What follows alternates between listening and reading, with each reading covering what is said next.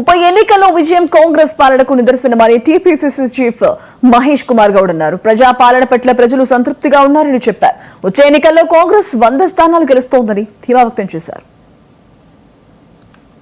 కాంగ్రెస్ ప్రజా ప్రభుత్వం చేస్తున్న అభివృద్ధి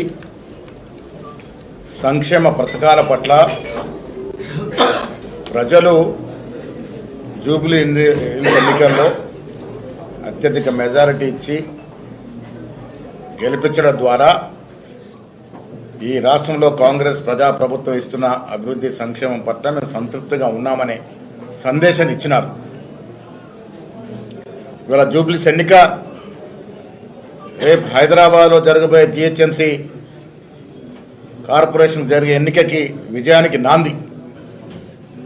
ప్రజలు రేపు జిహెచ్ఎంసీ ఎన్నికల్లో కూడా కాంగ్రెస్ పార్టీకి పట్టం కడతామనే మాట ఇవాళ జూబ్లీస్ ఎన్నికల్లో ఇంత మంచి మెజారిటీ ఇచ్చి చెప్పడం జరిగింది. ఈ ఎన్నికల్లో కూడా ముఖ్యమంత్రి గారు ప్రత్యేక శ్రద్ధ వహించారు.